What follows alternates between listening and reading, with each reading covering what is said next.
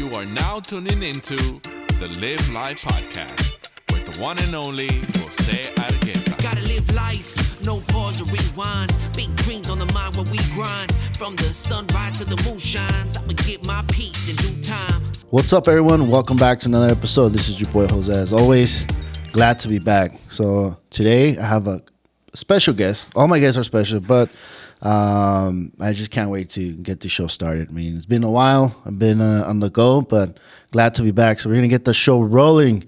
Today's guest is a proof of success. Isn't about where you start. It's about how many people you're willing to help along the way. Born and raised in Salinas, the son of immigrant parents, he has spent his life breaking barriers, creating opportunities, and serving others. From serving his country in the United States Air Force to working in corrections to becoming a school social worker and future licensed therapist, his journey has always been rooted in one thing: making a difference. He's a first-generation college graduate, a leader in our community, and someone who understands that true success isn't measured by titles, but by the impact you leave on others. Now, on a personal note, I had an opportunity to meet Manny about a year ago when I joined the Rotary. He was one of the first people to welcome me with open arms and make me feel like I belong. Since day one, he's always been kind, supportive, and someone I genuinely enjoy getting to know. When neither of us knew that as time was that we were going to be, our paths were going to cross together, and it will continue to do that through community service. So today we're both proud volunteers with Helping One Woman, an incredible organization that helps individuals and families and that are facing financial hardships. To me, that's a true reflection of who Manny is. Whether it's through his profession, his volunteer work, or simply the way he treats people, serving others has never been something he does, is who he is. And in a world where a lot of people talk about making a difference, Manny's someone who quietly goes out and does it every single day. Welcome, brother, to the Live Life Podcast. Thank you. And you're reading in the intro, and I was like, man, who's this guy he's talking about? I thought you had another guest or something. No, but it's too. But usually I get a little gift to all my guests, bro. So here's some beef jerkies from Hoax Beef Jerky. She's one of our sponsors. She was like the first sponsor forever, dude. So she's been giving me delicious beef jerky to all my guests. Enjoy it, bro. Oh, well, thank you. Yeah, they're made here in Salinas, California. They're made with love. They're very delicious, dude. I love my favorite one is a barbecue one. Yeah, gotta support local. Yeah. Thank you. Appreciate it. No, gracias, bro. Hey, pues gracias por being here, dude. I really appreciate it, dude. You know, I know that we met probably like in a year, ya casi va a ser un año. And obviously we connected more. Now we're part of the Helping One Woman. And it's just like, you know, getting to work alongside you, bro. I got to see this persona of you, and I was like, man, I would love to have this guy in the podcast. And yeah, así soy yo. Like, every time I see something, like, it's like, dude, I got to have that individual in the podcast. It's because I know there's a story, there's a journey, right? And there's a genuine person behind it. So I'm glad que aceptaste la invitación. So can't wait to hear more about your journey, bro. Yeah, really happy to be here. Really glad to be here. And yeah, man, everybody has a story. Yeah. Everybody has a story to tell, and thank you for the invite. No. You're welcome, dude. Before anything, I want everybody to know who is Manny. Tell us a little bit about yourself, bro. You know what? I knew this question was coming because I started watching some of your shows and some of your recordings, and this one of the things you always ask somebody, and sometimes it's a hard question to answer, right? Because sometimes a lot of us, like you wear a lot of hats. I do the same, you know, whether it be in service, whether it be at work, or my role as a parent. You know, what time is it? And I'll tell you who I am. But right now it's concentrating on work, you know, service, you know, with Rotary Club, with Helping One Woman, supporting the LSI Interact Club. Just right now, it's my giving back era, I guess. You know, everybody has those eras. I guess my giving back era. Yeah. Oh, that's what's up, bro. And it's crazy that you say that, dude, because see, lately I've been feeling like I have a lot of things going on. You know what I mean? It's like, man, should I stop doing this? Should I stop doing that? But it's like, I'm going to keep doing it until see how far I could go. You know what I mean? So, I mean, damn. Now I know that I'm not the only one, bro. I guess we need more people like us. Yeah. Bro, obviously I asked this question to everybody since they're Salinas, dude. How was it for you growing up here in the Salinas on the 831? Man, it's funny because we were just having that little conversation here with Juan Avila and Luis from LC1 Productions, and we were just talking how we grew up in a different era, man. I was born in the 80s, grew up in the 90s, and man, it was different times back then. Yeah. Growing up, my parents were immigrants. They came from Mexico.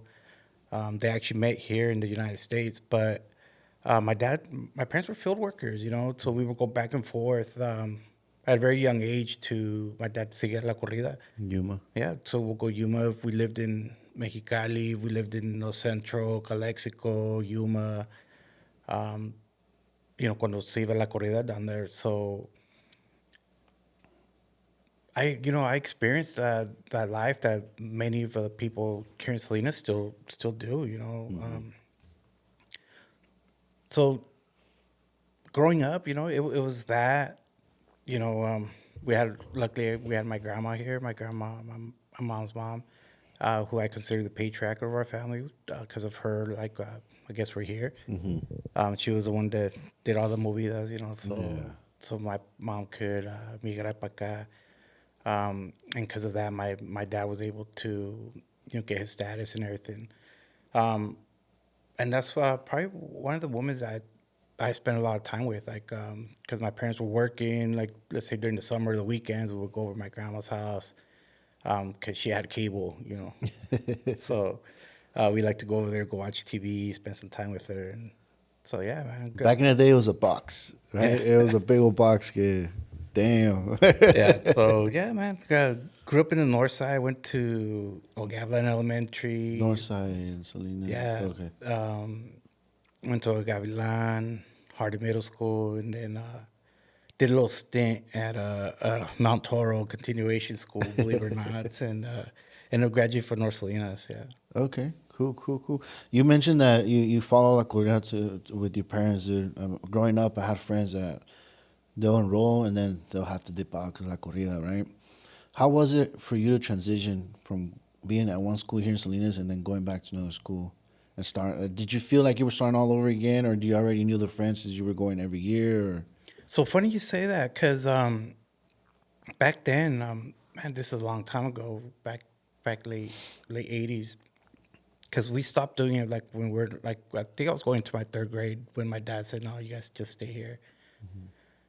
But back then, he was working for Tanimura and Anto, and I remember there was a group of us, right? Like, that we would be in Salinas. We didn't all go to the same school in Salinas, but we all went to the same school in Yuma, right? And I remember, like, one of the places where we would see each other was Tanimura and Anto used to sponsor the rodeo. And they would have like a big old barbecue, like company picnic, and that was kind of like our gathering for us here in Salinas with that little group. Yeah. So we wouldn't see, this before social media, cell phones, and all that. So we had no way of contacting each other, right? Yeah. So that was like one time a year besides Yuma where we would see each other at. So the event. Yeah. You mentioned that your grandma was a big part of you guys' life, right? What was something that you remember most about it that brings like that smile to you? Just my grandma had a lot of grandchildren.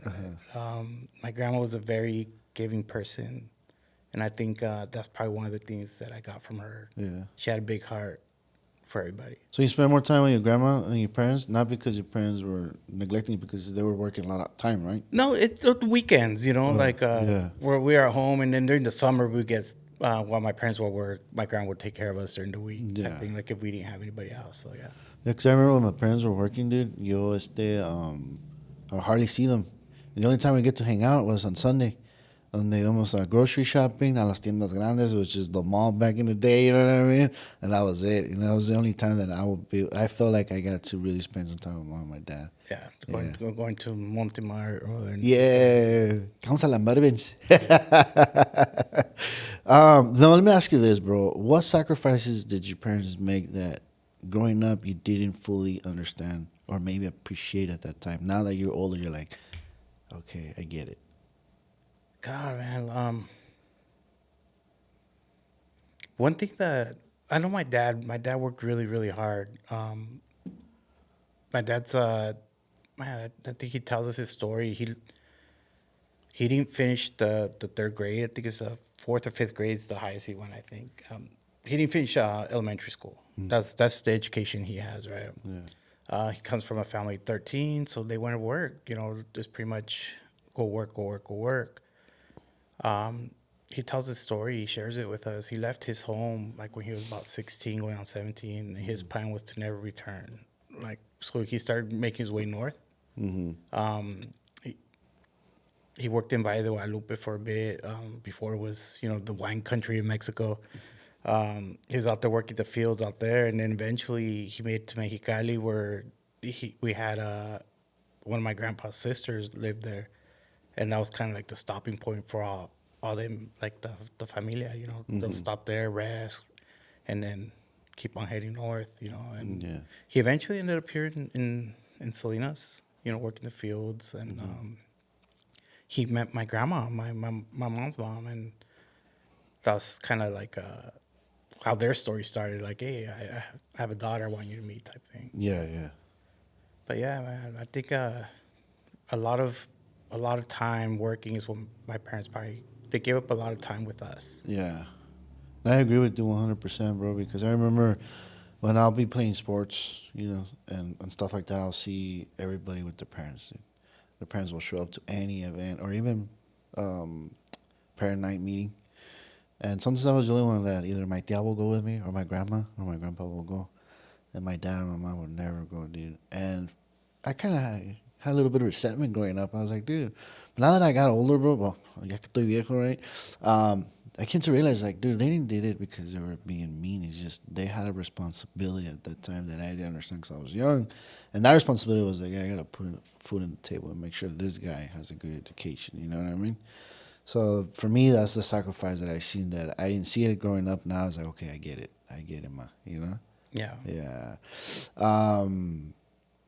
You mentioned that you made a little stink on Toro, bro. So ya andabas going a different route, bro. You're trying to experience another. What happened, bro? And I think it was more of a transition for me.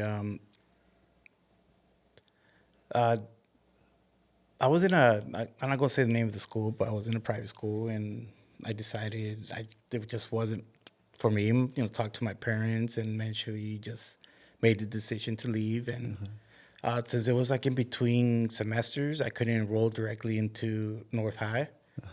So well, you have to go here, you know. So this is my junior year, you know. So I finished up my junior year at Mount Toro, and then went to North High and finished up and graduated. Yeah. How was it your last year in North Salinas? It was great, man. I didn't have your traditional 4-year at North Salinas, but I had my senior year there. It was cool, man. It was Yeah. I met a lot of good people. Let me ask you this: growing up, did you ever had any dreams or aspirations that you always wanted to do? Like, you know, my goal is to be, I don't know, a cop or a lawyer, a doctor. You know, did you have any dreams growing up that you know what? just live in the moment? I can't think right now. That's probably a question we ask a lot of kids, and especially when I was working at the high school districts. Like, hey, what plans do you have or what goals? And I start thinking right now. I reflect, especially when you ask the questions. Like, I had no idea what I wanted to do. You know, I think it was more por el día. You know, I'm going here. I'm doing this. I'm working here right now, and that's good. Yeah, good for me right now. It's good. It wasn't until, you know, I started hanging out with different people who had different plans or different goals that I started like, oh, maybe I want to do that, or maybe I want to do this. Like I said, the first generation, everything, you know. So I didn't have family members to look up to that, oh, they went to university, or they went this, or they did that here in the States, you know. So. Yeah, that's another thing I was going to ask you. Do you have any brothers or sisters? I do, man. I have an older brother and I have a younger sister. Yeah, we're all pretty close in age. And you're the first one. Well, first generation as far as like yeah. So my sister was actually the first one. My younger sister, the first one to actually finished a college degree. Okay. So she got her bachelor's down in Northridge. She came back, got her master's, and she's also a social worker. So she got her master's in social work here at CSUMB. Yeah. Oh, okay. You too, brother? My brother, I don't know what that dude. No, my brother's he reminds me a lot of my dad. So me and my sister are the only ones that have higher education, right? But my brother, he reminds me exactly of my dad. He finished up high school, but he's probably the smartest one of us all, like us when it comes to like technical and engineering and building stuff, and that's my dad, man. My dad could build you a house from the ground up by code, but he never finished the fifth grade, Yeah. So my dad is more of that hands-on type worker, like building you something versus explaining theory. Yeah. And like the theory part, I think we get that from my mom. So me and my sister were more of like theories and like, okay, like this part. Then my dad and my brother, they're more like, we're going to build you something. My brother's really good with anything to do with computers or electronics or anything like that. So That's awesome, bro. It came to my mind, bro, because my wife one time asked me, so, hey, how was your dad when he was teaching you stuff? Well, dude, he taught me on madrazos. That was his way of teaching me. Like, my dad is really good at math, dude. I suck at math. And he's really, really good at math. He never went to school. So I remember that he'll challenge me on the timetables and stuff like that. And I was like, dude, how does this guy know? He didn't go to school, right?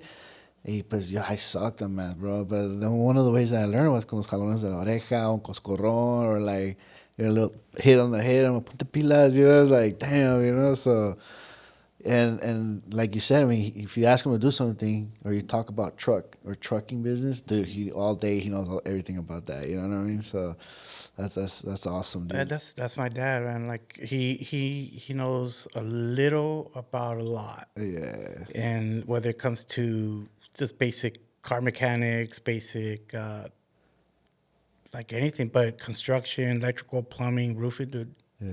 He knows everything. He knows everything. Yeah, because, I mean, Dad, dude, he's a truck driver, right? And back in the day, he had the road map. It's a big old binder, dude. So they'll go through, okay, I have to go through here. Okay, this is my destination, right? Now you have the GPS, you have the phone, right? So it's a lot easier. So I remember, like 2 years ago, I went to L.A., and I was like, my dad knows a shortcut to get to, I don't know me acuerdo dónde vamos a ir, bro. And I called my dad, like, pa, estoy aquí. I need to get here, and there's traffic. GPS tells me I'm going to take 3 more hours. Oh, fácil. Acá tal salida, si llegas allá en una hora. Sure enough, I was like, my wife's like, what? I'm like, dude, he knows all the roads. Yeah, that's the same thing. Like, hey, Dad, the car's making this noise, or this is happening, or I smell it. Yeah. Oh, it's probably this. What's that? It's that. Yeah. Right away, man. He could diagnose or figure out what it is. Oh, I'll be there tomorrow. I'll fix it for you. My dad's still that person. So tu papá todavía está aquí, yeah, ¿verdad? Yeah. ¿Y tu mamá? I'm still blessed. Both my parents are still here. Okay. Yeah. All right. Cool. Have you ever had that opportunity, bro, or the way you're sitting down with your parents, bro, and you just tanked them? You know what? It's funny that you mentioned that. I forgot who I was talking to. I want to say it was with a student or with a coworker. And like I said, we grew up in the 90s, right? 2000. I graduated from high school 19 whatever, a long time ago. And then right after I joined the Air Force, graduating boot camp, we were at Lackland Air Force Base, and that was the first time I was already about to turn 19.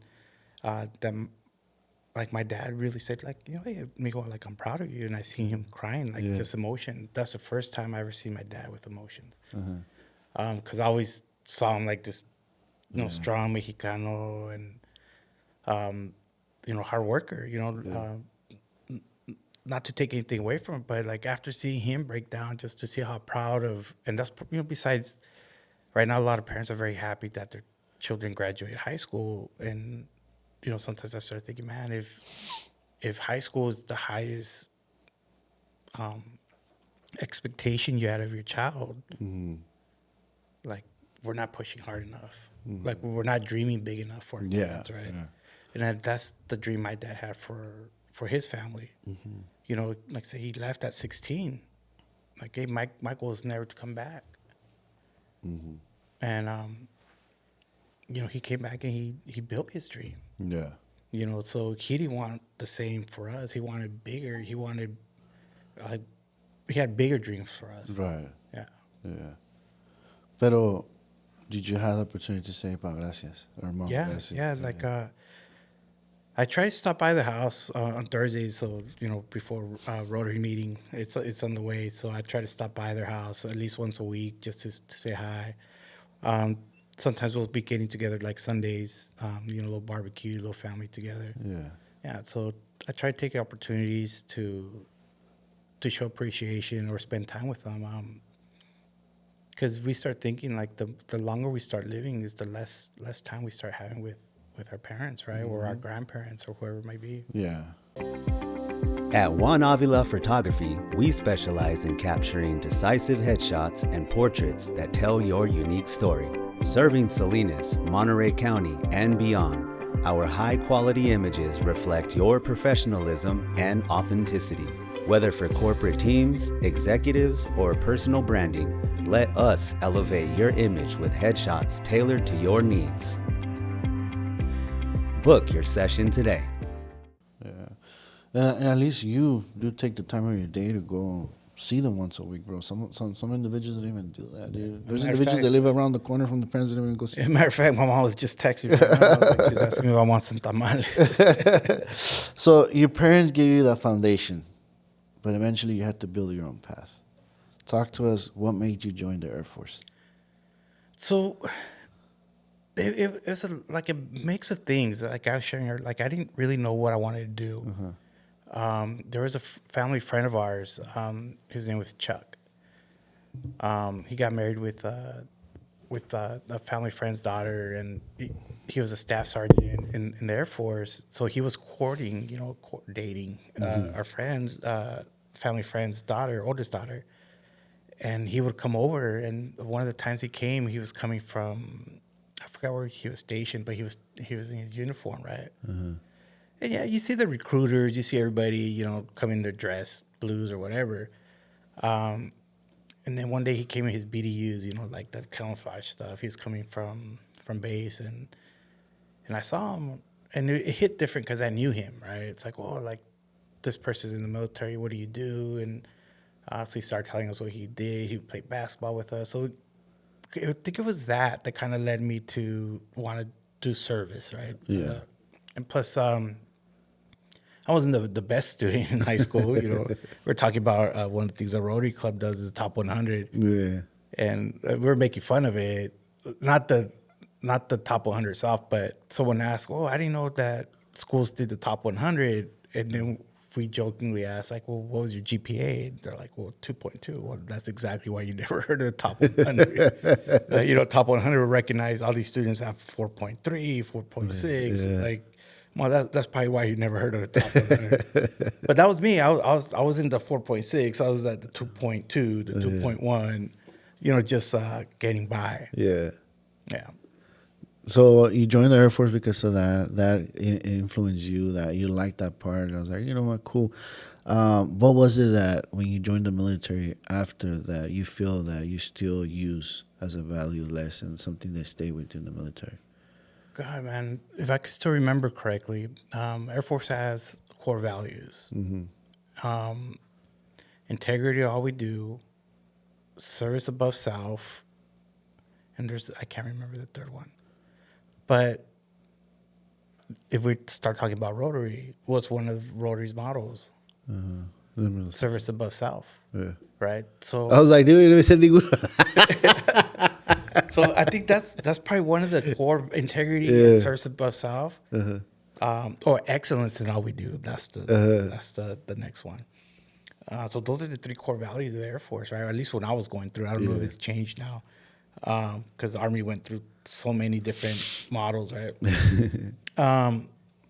But those are probably the ones that stuck with me, right? Like excellence in all we do and service above self. Which two you still apply today? Yeah, pretty much on a daily. Yeah. What was your job when you joined the Air Force? Believe it or not, man, I was an electrician. Heck, yo. Yeah, man. I did a little bit of everything from industrial electrician, residential, and I was even up there climbing the pools, working with the high voltage. Did you ever experience to go inside a jet or something, bro, or nothing? Or nah? Yeah, like well, not inside a jet. No, we flew the C-130s to go overseas and stuff like that. Yeah, The big old airplanes? yeah, the big old cargo. Yeah. That must not strap, no? You guys are strapped with the big old fucking space everywhere? Yeah. All the seats are on the side. Yeah. Yeah. Damn. Where were you stationed? What was your first orders that when you graduate, te mandaron a another state? You're like, So our boot camp is in San Antonio, Texas, in Lackland Air Force Base. So once I finished there, I actually still stayed in Texas because I went to my trade school. And we had I think we're one of the longest trade schools. So our trade school was like almost 11 months. So because you're getting taught just about from residential, commercial, and then industrial, like electrical stuff, right? So that's the kind of work we would do on base. But when we get deployed, what we will do is we'll set up all the bare bases. So if there's no runway, we go set up all the lighting for the runways. If there's no electricity on the bases, we will set up all the electricity, whether it be with the generators, whatever. So that's contingency time, right? Wartime. That's the work we would do. But yeah, so I was Shepherd Air Force Base, which is what's the little town in Texas that it is? Wichita Falls, Texas. That's where it was at. so you were there for like a year? A little bit over a year. Where they shipped you to? And then from there, I called back home because I came back to California. I was up here at Travis Air Force Base. So it's in between Sacramento and San Francisco, Vallejo. Oh, okay, yeah. So from here, maybe it's about 2.5 hour drive from Salinas, yeah. So you will commute? Almost. Yeah? Almost, man. How long you were there for? So I served in the Air Force from 2000 to 2007. Did you ever? 99, I'm sorry, when I graduated, 99 to 2007. Did you ever went overseas? Yeah, man. We did Germany. We did tours we went to Belize. I think that's it for overseas. Those are the two places we went to. Yeah. What was one of the greatest memories you could remember, dude? God, one of the things Aside from partying. is when you build this camaraderie. Yeah. Like almost like a brotherhood. Yeah. There's one guy that and we're talking about we're in 2026, so we became friends about 26 years ago. Met him while we were in tech school, and we don't hang out but we're still in contact. Yeah. I'm still in contact with a lot of people that I was in service with still. Nice. And I think that everybody that finished services is still stay in contact with certain individuals that you guys build a bond, right? Yeah. Yeah, because you have your regular friends that you meet in the service, right? But then you have the ones you get close to. Yeah. Right? Yeah. So after you finish service, United States of America, home of the land of the free, And the brave. and the brave. You didn't want to continue that career. You didn't want to stay there to see if you want to do more than 4 years or be more than what you were. Or what was it that you're like, okay, I'm done. I'm gonna go back home and I gotta figure out what I'm gonna do when I get home. Or you already knew what you're gonna do on your way back home. So as I was exiting the military, I started working with a contractor doing electrical work, and well, okay, cool. I'm making some decent money. I was young. I think I'm gonna make a trade out of this, right? But the one thing that serving in the military, they give you money for school. So I kind of started going back to school, and I was just taking classes, but really no direction. I think I ended up doing about 60 units here at Hartnell, but no degree, right? Like I said, no direct, just taking classes here, so I could make some extra of that GI money, right? Eventually, I ended up applying for Department of Corrections, and so I guess you could say that was kind of like my second career, right? after leaving the Air Force, going into corrections. Well, but what made you transition to that, dude? Like, yeah, you were taking classes, you were starting to figure out what's up. You were working as a contractor, right? No, well, I was an apprentice. Apprentice, Yeah, yeah. so I was still considered an apprentice, and I think that's what made me want to get out. So I was the one that had to crawl under the Yeah. spaces, to be in the attics, so I was doing all the grunt work. Yeah. Which is you have to do to get to a certain point, Yeah. right? Working those long hours, and after I just, Like, think- was it the time that corrections was hiring like hardcore? yeah, they Everybody were- was applying. they were having a lot of people retiring, so they were having a lot of positions open. Yeah, it was like so. This was 2000 like a 2007, 2008. Yeah, they were hiring like left and right because they were doing the testing there Yeah. at the Soledad. So you apply? Catizo said apply right there in corrections just because they were hiring, or So I had an uncle that actually, I had a couple uncles, but one thing I taught people, and I say more in a joking way, is I go, because growing up in Salinas, knowing, you know people, right, like that go astray. It's nothing new. Salinas has always had a big gang influence in the youth, and I like jokingly, I would tell people, I always knew I was going to be in Department of Corrections. I just didn't know what color I was going to be wearing. Am I going to be wearing green, or I was going to be blue? Not to say I was doing bad stuff, but I say that as a joke, because if it wasn't for my parents that kept us astray, I had friends that were either killed in the streets or friends that are currently incarcerated, right? yeah, So even people I grew up with, like there's a neighbor that we used to buy fireworks from that once I got to Salinas Valley, like I seen him on the yard, right, in my first yard, and his dad was our karate instructor over at El Dorado Park. So you start seeing people you know. How was it, dude, when you bump into you like, holy shit, like, what are you doing here, bro? Well, I knew why he was there. Okay. I knew exactly why he was there. Yeah, but it's okay. You were walking. I mean, that's just, you had no idea that he was there. No, you know no. what I mean? I mean, I knew he was incarcerated. I didn't know where he was at. It wasn't someone I was close with. It's just someone like I remember growing up, because he was a little bit older, always selling fireworks, like during 4th of July time.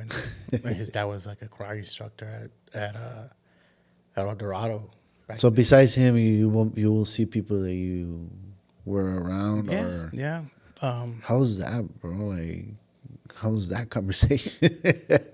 You really don't talk about it, right? Because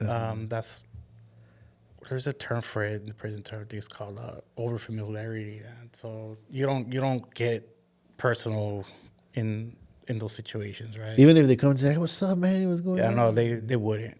No? No, they have their own code, their own thing, and Damn, shit. I didn't know that, dude. yeah, I didn't know they that. have their own rules. And Oh, wow, that's crazy. So, okay, I don't want to go over the academy, because I'm sure the academy you went through, you aced it quick because, I mean, you were in the military, right? But is it okay to talk a little bit about how is it inside, bro? I'm not going to ask crazy-ass detail. Whatever you feel comfortable sharing, bro. Like, how many years did you work there in corrections? I started working there in 2008 and left in, what year did I leave? 2014, I think is when I left. Okay. So six years? About almost 8. 8 years? Yeah. Yeah. So how was it those 8 years working there, bro? Aside from working a lot of hours. You know what? That's exactly what it was, man. A lot of hours, short staff. It's a different time when I was there than what it is right now, or from what I hear from some colleagues that are still there. A lot of the people I know, they're already close to retiring. Had I stayed in, I think I would have been coming up on my 19th year. There. So I left quite a while. I know a lot has changed, and one of the things that I did like about it was the camaraderie.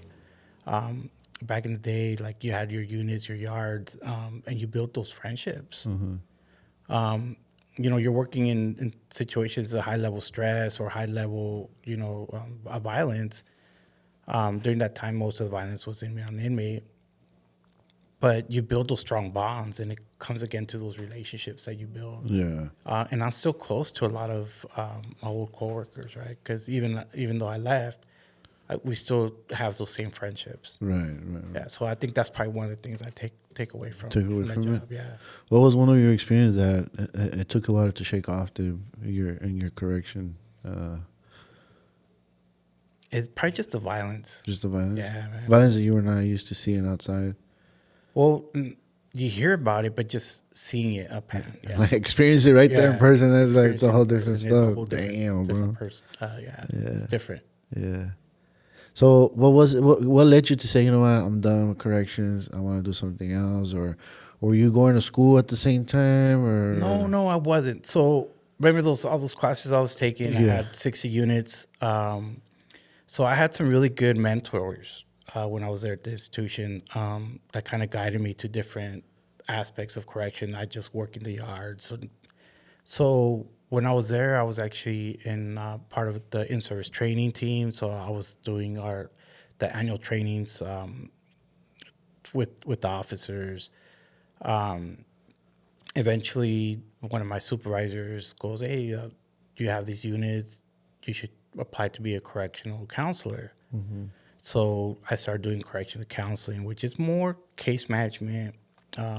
You're kind of preparing inmates' evaluations, reports, and everything like that. Mm-hmm. And then from there, I actually promoted to like a sergeant.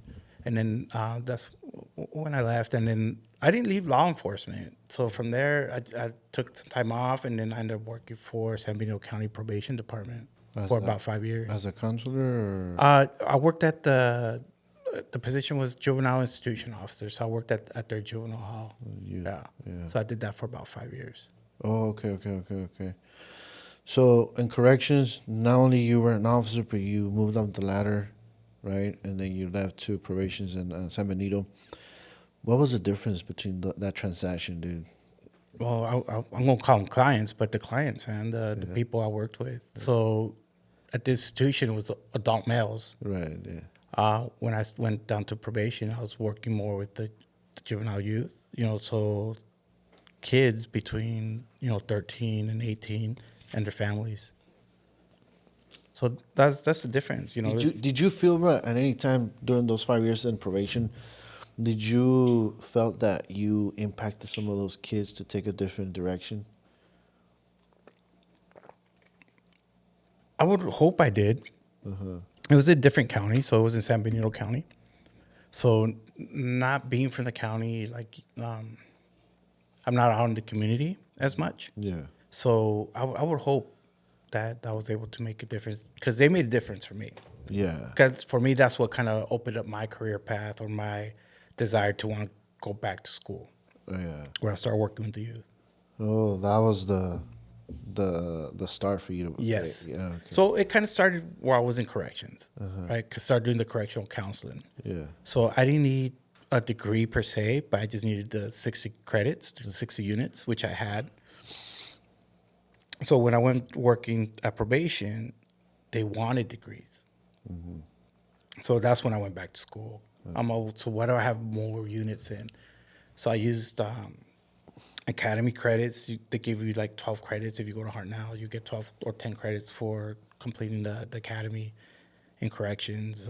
So I'm okay. So I had the counselor review my stuff. I go, the quickest degree you could get would be in administration of justice. We'll apply this, and that. You'll finish in X amount, and you'll have your AA. Cool. Let's do it. So I went that route. When I was taking I think it was a statistics class, I met she's also now a social worker, and she encouraged me like, "Hey, are you going to be applying for your bachelor's degree?" I'm just cool with the associates. Mm-hmm. She goes, "Well, you should apply, blah blah." So I ended up applying. I ended up applying at a couple of different universities. Got acceptance from all of them. Ended up accepting San Jose State, and I started doing the social work program, bachelor social work program, San Jose State. How was that? It was good, man. I got really involved with the school community, the student body of the social work program there. I was even vice president of the student body for the social work. So I kind of started getting into those roles, like even in the university. And then when I finished that program, the director, Dr. Lee, he goes, "Hey, we're going to be starting a new program." Well, what's that? It's an advanced standing social work program, master's of social work program. Because I wasn't thinking about doing my master's. And then, so it's finishing up a master's program in a year.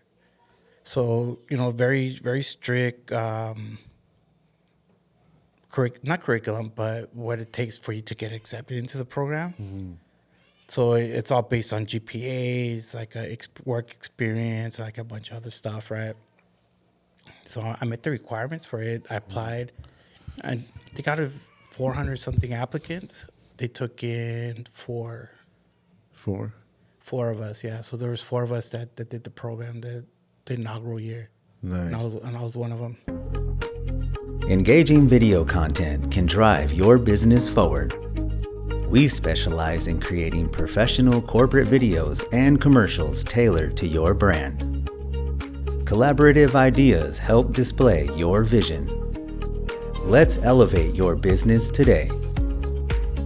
LC1 Productions, crafting stories that matter.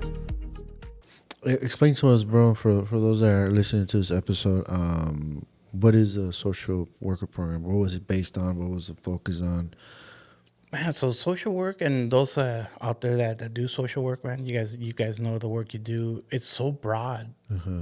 You'll find social workers everywhere. You'll find social workers in schools. You'll find social workers at hospitals, different government agencies, nonprofits, doing different things. So our field is so broad. So it's not just one thing, and we look at systems as a whole instead of other professions that do something similar. They look at they're like client-centered, where social works look at the whole system.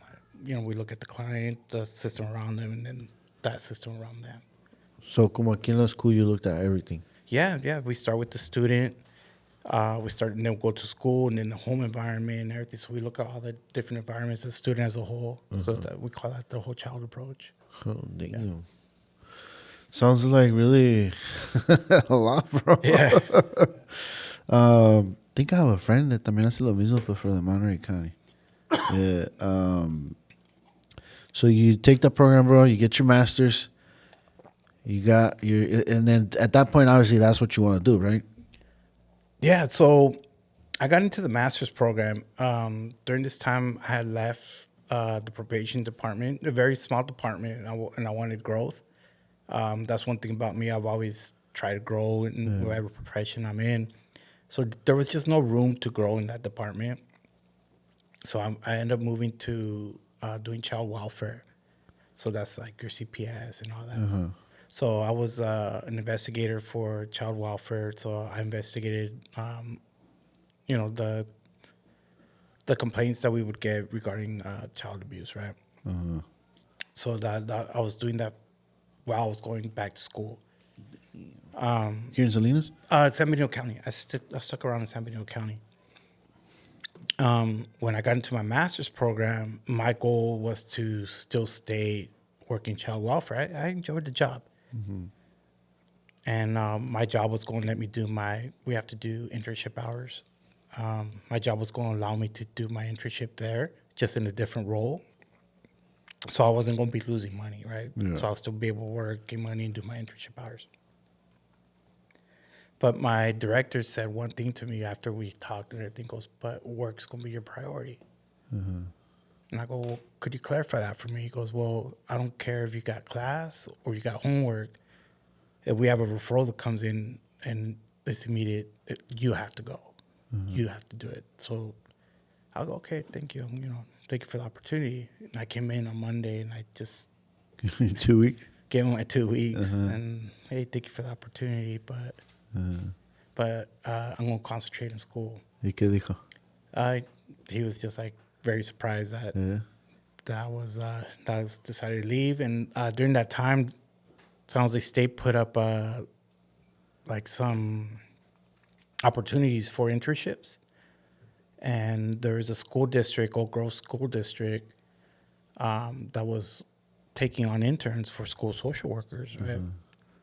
So luckily me, I was in the position now I had to find another opportunity to do my internship hours, and just so happens that San Jose State puts up that this school district's looking for school social workers. But in the meantime, I'm like, what am I going to do? So my buddy Carlos goes, hey, why don't you become a substitute teacher? You know, you work your own hours. You pick what days you want to work. It'll work with your schedule, you know, whenever you do your internship. Wow, that's right. So I went and got my emergency teaching credential. I did all that during the summer. So when I started my internship, my field instructor, Tina, she goes, hey, you have a teaching credential, emergency teaching credential. I'm all, yeah, I do. I'm a substitute teacher at the high school district back where I live. He's like, oh, so that means you're going to be doing your pupil personnel credential. I'm no, what's that? It's like, oh, like if you log your hours for this, you'll qualify to get this credential. They'll let you work in schools as a school social worker. I'm like, oh, what do I have to do? She's on nothing. Like, I sign off your hours. You have all the documents already. Yeah. So she was the one that kind of guided me to that. That's nice. And that's how I kind of landed to school social work. And I think it's the career and the job that was definitely made for me. Bro, walk us through how was it, dude, working as a child welfare, finding those cases. Well, not finding those cases. Obviously, those cases were presented to you, but like I want to know more, like a little bit more about that. Like how was it about dealing with child abuse, or like what was your thought process? Did it impact you in some type of way, seeing kids being abused, or like? You know, probably the one thing I will talk on it, because my sister did the same. She did this for about 12 years as a child welfare person, and then she moved on to adult protections. And she's been doing this for close to maybe 16, 17 years, maybe going close to 20. So she's been doing a lot longer. But I think everything I've done had prepared me for it. You know, like working the mental institution, adult institution, work with the juveniles. I think what I started seeing is a cycle. It's especially in the small county I used to work in. I started seeing a lot of the kids that were in the juvenile hall now as adults being referred into that system. Yeah. So it's a broken system. It's a broken system. Yeah. So obviously, bro, you talked about how you got into social work, how it led to that. Dude, that could. Ahorita que dijiste que you were a teacher, substitute teacher, I was like, how was it being a substitute teacher? Did you enjoy it, or like, do you remember anything, especially being a substitute teacher in high school? High school is different now than when we were probably in high school. But en ese tiempo that you were doing it as a substitute teacher, like, how was your experience doing it? Like, it was interesting. Yeah, it was interesting. With Mr. Pimentel. I like to go by Mr. Manny because Mr. Pimentel is my dad. So I always Mr. Manny is where I kind of like to go by with the kids. Yeah. So, como es, like, they say a teacher will call in sick, then they'll call you and show up, or? No, they have this whole system now. Like, I think it's on Frontline. Like, they will post positions that are open, and you kind of just like, pick the one you want to work at. Yeah. And then you just go based on what the teacher has there. For the usually the teacher either had lessons, lesson plans for you. Oh, yeah, cool. When did you realize, bro, that this is not just a job; it's a calling? The whole social work or the school social working period? Just where you at right now?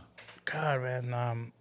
Probably the moment of impact for me, like that sticks around with me, is probably about 2 years ago. So I probably served at Outside Union School District. Elementary schools were K through 12. I went K through 6th grade, right? One of the programs that I run at our school site is called Joven Noble. So it's a youth mentorship program. So we do circles with these young men, young boys, kind of preparing them into, their next etapa, their life. So there's one student, man, from one of the schools that just stuck around with me. It was at the end of the school year. They did their 6th grade promotion. I was at the school and we did like a little event for them. We played some music, a little dancing, then celebrate their 6th grade. And then I'm packing up the equipment, right, wrapping up cables, and then I feel like a hand in the back, right. And I thought it was the principal of the school. So I turn around and it's this young man, and he goes, "Hey, Mr. Manny, I just want to thank you for being there and for just listening." And for me, I think that was the biggest impact. Like when I realized like I'm making an impact in these students' lives. Nice. Well, thank you for sharing that, dude. I'm sure that feeling was like meant a lot, right? Yeah. Yeah. Aside from that, dude, what is something that you feel a lot of parents don't understand what you guys' role is? I think you touched on it. Yeah. Like you're talking about being present. Yeah. Right. Sometimes we're too caught up, right? Like, and not in the moment to be involved in our kids' lives. Yeah. But how do they take it? Like, do you ever bring that up to them, or like when you're talking to the parents and you're in that area? It's like, how do you bring it up? Because I mean, obviously, It's hard. Yeah. It's hard because nobody wants to be told how to raise their kid. Yeah. Nobody wants to be told, nobody wants to be corrected, right? And it's a difficult topic, and we don't go straight up and go, "Hey, by the way, you're a bad." Yeah. That's about it. All we could do is make suggestions. A lot of our work is based on data and evidence based, and that's all we could do is just educate our parents. How do you balance, bro, taking care of yourself and dealing with stuff like that? As a mental health worker, I think, and for any mental health worker out there, I think you can all relate that we tell our clients to make time for themselves, and that's probably the one thing we don't do for ourselves. Yeah. Take our own advice. Because I feel like you guys deal with a lot. Just a little bit what you're sharing right now, bro, is like, damn, dude, like. It could get heavy at times, man. But there's sometimes you can't take it home with you, because then you start bringing it to your families, right? Your family starts feeling it. Probably one of the other takeaways I've learned when I was at the institution, it was that there was a phrase that said, "Do my 8, then hit the gate," right? So whatever you worked at, whatever happened at work, ahí se queda. Ahí se queda. Because working in the institution was very negative, right? Yeah. Very negative environment. So leaving all that negativity behind, leaving it at the gate, that was kind of like, do your 8, hit the gate. Yeah. Don't bring that home, right? Yeah. Same thing sometimes with some of the stuff we're working with. Sometimes we bring work home, and that could be a burden on your family too sometimes. So how do you do to keep motivated, bro, on difficult days? God, man, people like you, people like from Rotary, people I hang out with. We shout out to Los Perrones, people like that, they help me stay grounded. Yeah, dude. Because man, just hearing just a little bit of what you're sharing is like, damn. I mean, it sounds like it's a lot, I didn't have all these gray hairs, man. When bro, I started working with when kids. I married my wife, I had a full set of hair, bro. So it's so I have a clinical supervisor since I'm finishing up my hours, so I could be a fully licensed clinical social worker. I'm actually done with my hours, but I just feel I still need that guidance still. And I have an amazing clinical supervisor. Shout out to Dr. Arturo Chavez, who's been guiding me this last 2 years. And so I guess you can never feel ready to go take that test, but there's still a lot that I feel I could learn from him. So I'm taking advantage of that opportunity with him. But one of the things he's always checking up on me is like, what are you doing to take care of yourself, right? And for those of you who know me, like one of the things I used to do a lot of was traveling. And I go, why travel? And then he made me realize, but is it sustainable? So is that self-care sustainable? So he's find something that's sustainable, that's going to help you. And I go, oh, at the moment it was sustainable, right? Taking trips every other month or whatever. And then you start realizing that's not really something that you can sustain, right? Like just maybe this last year, my trips have cut down way, way, way less. But so what am I doing to take care of myself if I'm not traveling? Yeah. So that's where like I say, shout out to los perrones out there. Even though I'm horrible at it, but it's golf. You know, we're outside, we're walking, we're talking, conviviendo, and again, the camaraderie, which kind of seems to be the whole tie into everything, right? Finding that sense of belonging, having somewhere that you feel like that you're family with, or people that you feel your family with, and it ends up being something that supports each other. Mm-hmm. Yeah. Now let's get into the mental health, bro, because I know we want to talk about it too, based on your experience, especially us men. You know, for us, our generation, it's kind of hard for us to open ourselves and say how we feel. For me, it was really hard to talk about what I went through, you know what I mean, on my journey, my cancer journey, because I felt like I didn't want nobody to feel pity for me or feel sorry for me, especially when I was down in a situation where people were helping me financially to pay my bills, you know. But now that I'm a little bit more open about it, I talk about it, you know, I feel like the more I talk about it, I don't feel that bad no more.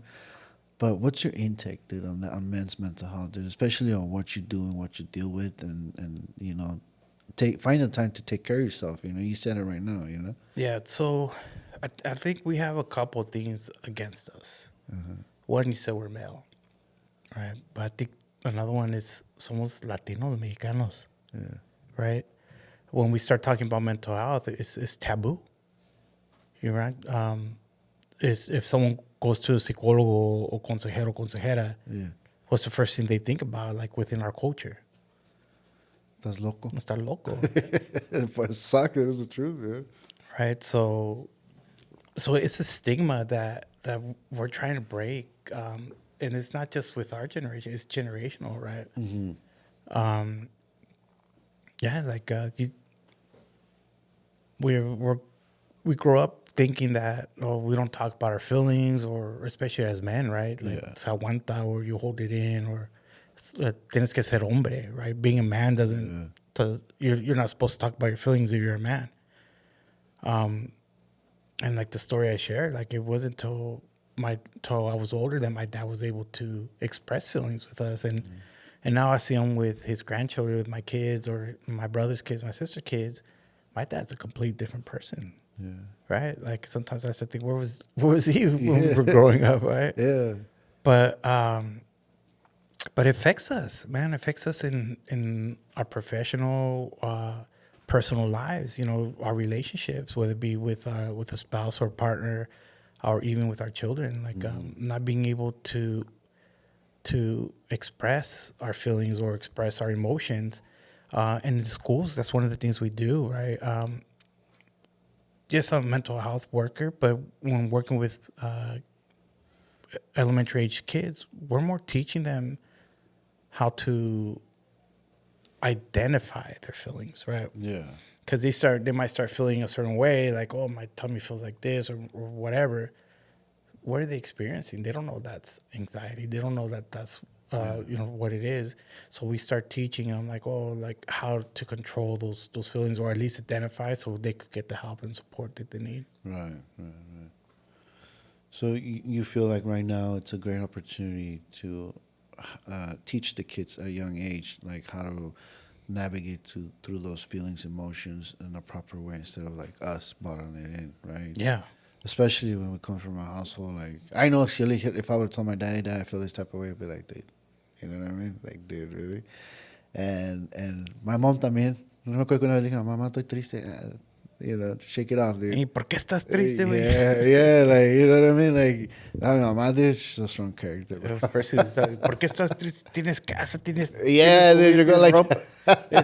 They start guilt tripping you, right? Yeah, like, dude. Oh, like, man. Maybe I should be grateful now. Yeah, pero yo pienso que ya ahorita a esta edad, bro, like, that I'm old, I feel like comfortable talking to open up to certain individuals, you know, like, because before I'll just stay, bottle it in, and I think it made me feel a lot worse, you know. So now it's like feeling comfortable, like, you know, but le hablo a Juan, hey, Juan, what do you think about this? Oh, yeah, cool. Or like he'll see me that hey, is everything good? I'll be like, you know what, bro, this is going on. Oh, okay, cool. Before I was just like up inside of me, or like if I'll share something, what are you gonna think about me? You know what I mean? And we always have that stigma, you know. It's like, are they gonna think me less of a man or what? You know? Yeah, so I think there's nothing wrong with having that one person or persons that you could go to, kind of just vent sometimes. Working with a mental health professional, whether that be a therapist, a licensed clinician, whatever, right? It's going to help you not only process like what you're going through, but identify kind of getting to a root cause and give you tools to kind of help you deal with it or work through different events, different situations, and kind of have an understanding of what you're going through or what's going on with you. Yeah. Good to see. Let me go over my notes real quick. Was there another topic, bro? I forgot where you wanted to talk. I don't know. It's your podcast, bro. No acuerdo, bro. I know we talked about it briefly. I think I did write it, but mental health was one of them. Yeah. Leadership, bro, and community. I know that you're big, bro, on giving back. And one thing that I forgot to mention, bro, you're a DJ, dog. I forgot to mention that, bro.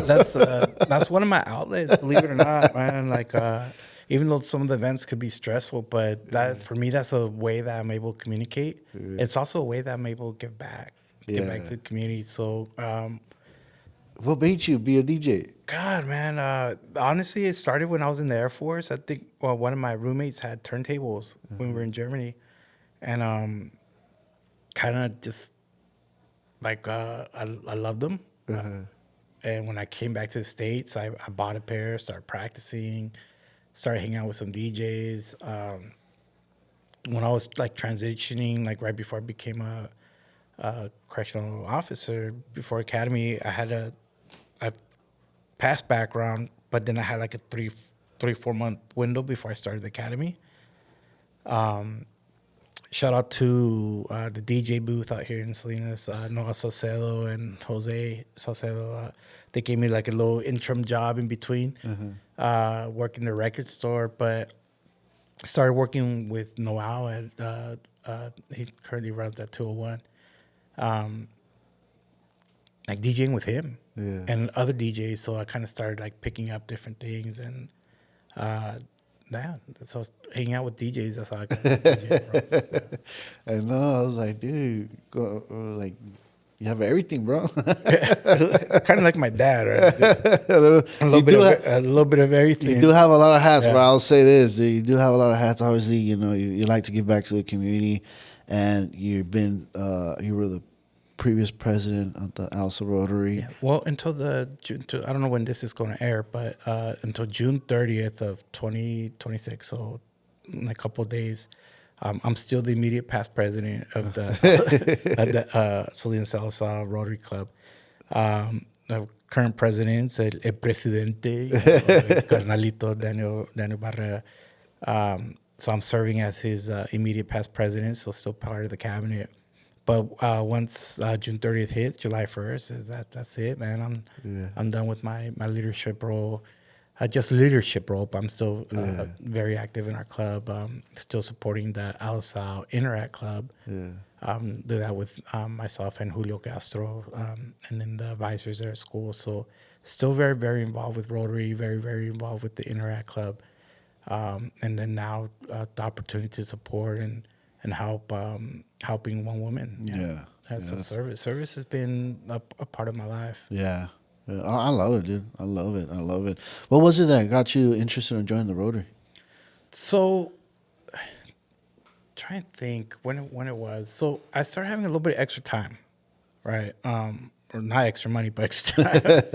and I was looking for something. I did an event for another Rotary club.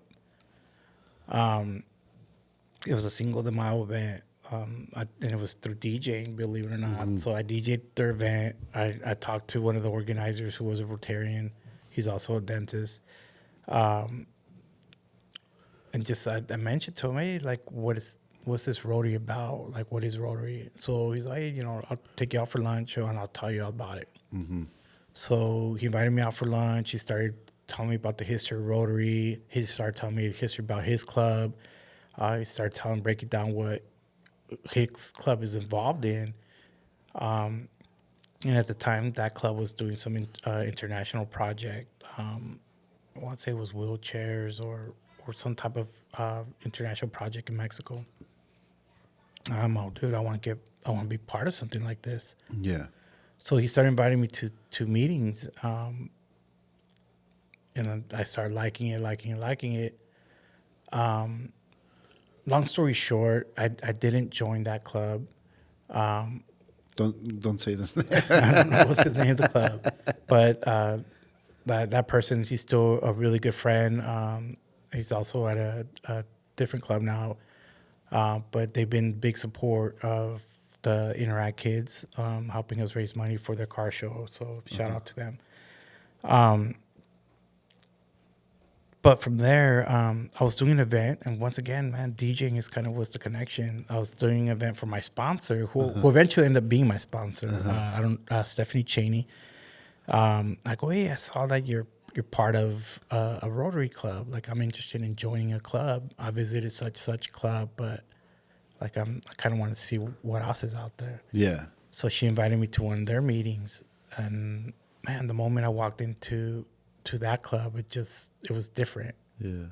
Different. And you'll hear from a lot of different Rotarians, like a lot of different LSR Rotary Club members, that our club really does feel like a familia, like a family, right? Yeah.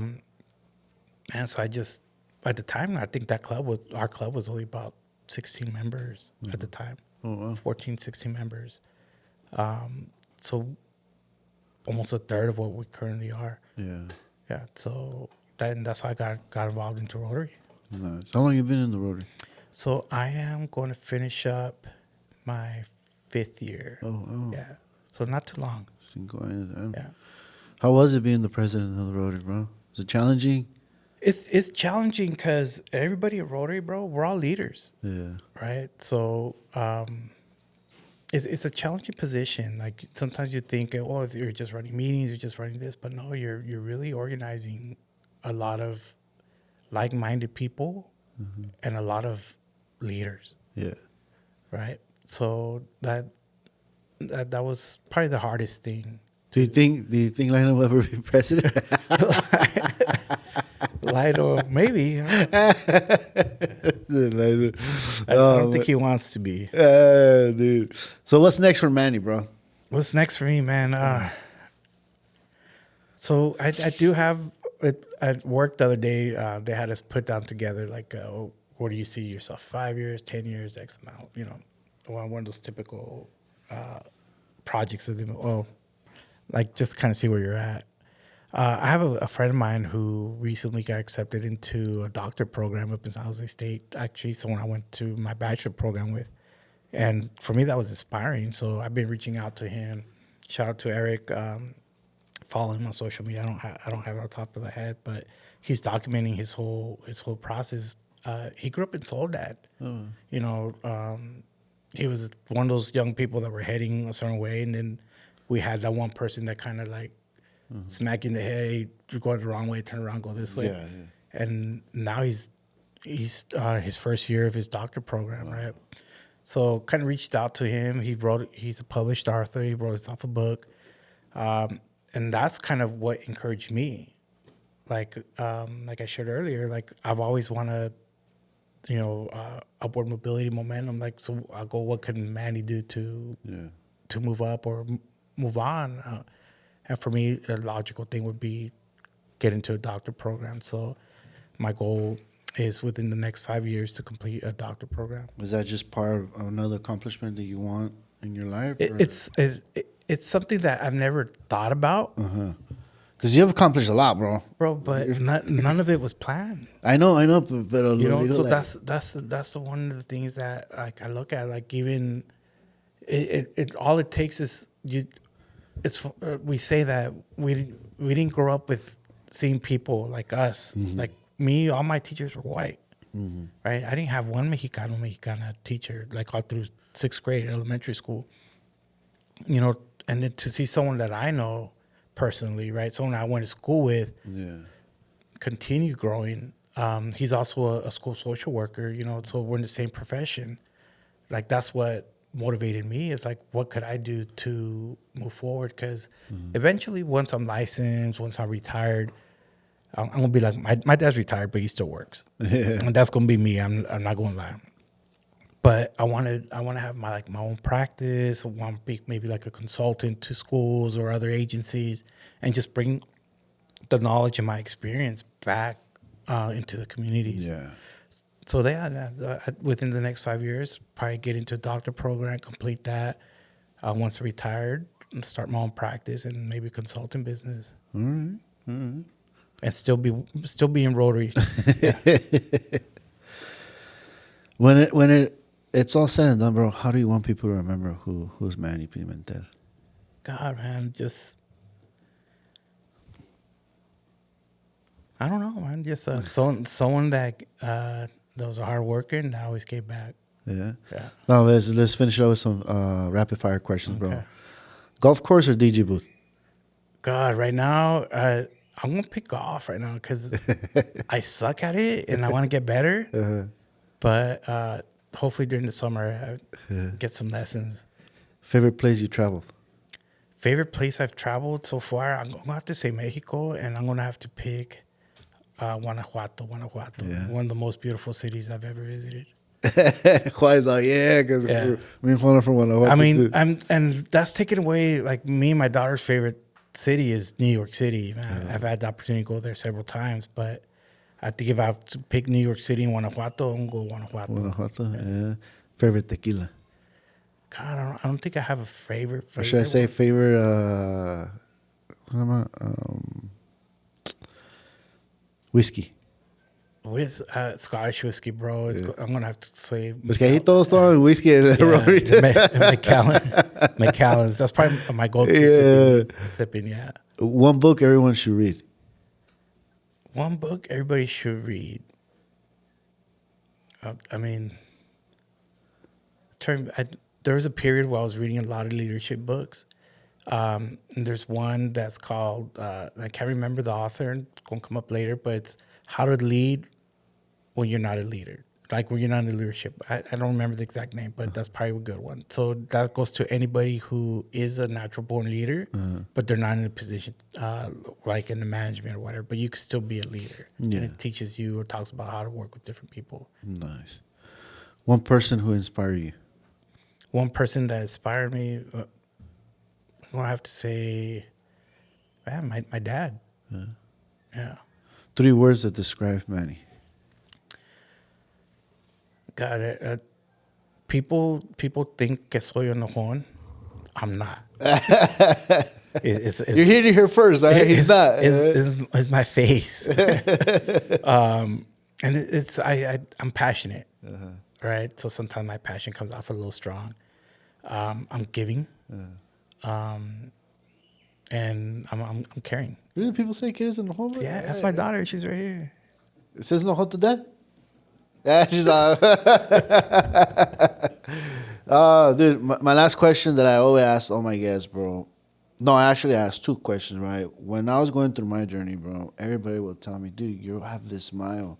And my saying was like, I'm fighting cancer with a smile, right? And I just got to live life. You just got to live life. And every time I hear someone having a problem, bro, look where I'm at right now. Just live life. Just live life. So that's the reason the name of the podcast. What does live life mean to you? Probably be in the moment. Yeah. Yeah. Like you mentioned DJing, and I do a lot of weddings, and one of the things I'm going to use the word que me caga, bro. People are at a wedding, and they're doing this. Yeah. Right? They're living life behind their phone. Yeah. Behind a screen. Like, be present, be in the moment. God, a while back, me and my daughter went out for sushi, and she was the one that told me, Dad, let's put away your phone and let's have a conversation. You're like, whoa. Like, she's the one that told me that. I was like, what? Oh, God. Like, so then I put away the phone, right? And she started asking me questions while we were eating. So be in the moment, put away technology, have conversations with our loved ones, whether it be our kids, our family, your partner, your girlfriend, wife, amante, whatever, just be in the moment. Yeah, no, and it's crazy you say that because you see it. You go to a restaurant, you see everybody, even couples on their phones and stuff like that. You know what I mean? And it's just crazy to see that. But yeah, be in the moment, okay. And the last question would be, bro, if you could go back in time and see little Manny, little Manolo, what would you tell him? Man, I think honestly, like, there's nothing I would change. I mean, of course, there's a couple of decisions I wouldn't want to make, but everything I've done, everything I've accomplished, it's been because the outcomes of one thing to another, right? So I don't think I would change any of those big moments because that's what got me here. Mm-hmm. That's what got me in my current position, like currently being part of Rotary, giving back, and everything led up to this. So you would tell your younger self, don't change anything. Que le eche ganas, that's it. Yeah, don't give up. Keep pushing. Nice. Well, bro, it was an honor to have you here. Listen to your journey. You have many hats, bro. many hats, bro. From corrections to law enforcement, probation, and San Benito to where you at right now. And it's just, te admiro. De todo corazón, I admire you, bro. Keep doing what you're doing. I look forward to continue with this friendship. And, keep pushing forward. And, dude, thank you for sharing this. And one last thing, if you want to give your input or your advice to someone that is thinking about quitting school because it's taking too long, or work and school is just too much, or the family, or that one parent that wants to go for her bachelor's or doctorate, or someone that wants to do what you're doing, dude, what advice would you give that person? It's your moment right now, bro. Man, when it comes to education, I understand and I know that it's not for everybody, right? Even schools nowadays are not pushing to 4-year universities, 2-year universities. Some are even pushing trades. But if you are in that educational journey, you have that drive or that desire to want to go back to school, it's worth it. Yeah. It's definitely worth it. One, education is a way out of low socioeconomic status, right? Yeah. You educate yourself. You're eligible for different positions, so you're going to elevate yourself and your worth as an employee. But if you have kids, like, what better for them to see you reach those higher education, knowing that now they could reach the same. Mm-hmm. I have a son that just finished up JC here at MPC. He's heading out to a 4-year continuing to play soccer, and so he's still finishing up his degree. And then, like I mentioned, I want to keep on going for my doctorate.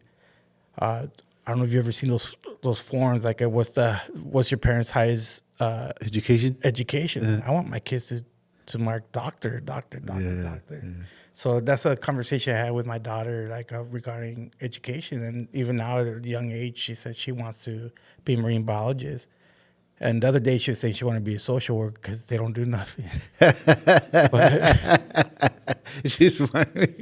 I had to tell her what it was I do. And she goes, then I want to be a marine biologist. But she knows that she has to continue education. Education is important, but it's not the most important thing. Yeah. Well, there you go. There you have it. Last and para que no se me olvide, Amor de Café. Shout out for her providing us this delicious coffee. I hope you liked yours, bro. Yeah, it was good, man. I know the guys love the coffee all the time. Maggie, owner of Amor con Café, it's in Gonzales. Check her spot out. So if you commute every day to San Jose or Salinas from South County, stop by there. They're open at 6 a.m. Get your coffee time. The Live Life podcast sends you. And I love it. You'll love it. So I know the guys love it. You loved it. So yeah. So thank you. And with that being said, we're out. Right here in Gonzales, there's a place built with love, family, and community. Amor de Café isn't just coffee. It's where your day starts with warmth. From the rich aroma of fresh brew to the smiles behind the counter, everything here is made with heart. It's where conversations begin, where regulars feel like family. Amor de Café. Made with love, served with heart. Come visit us at 144 Alta Street in Gonzales.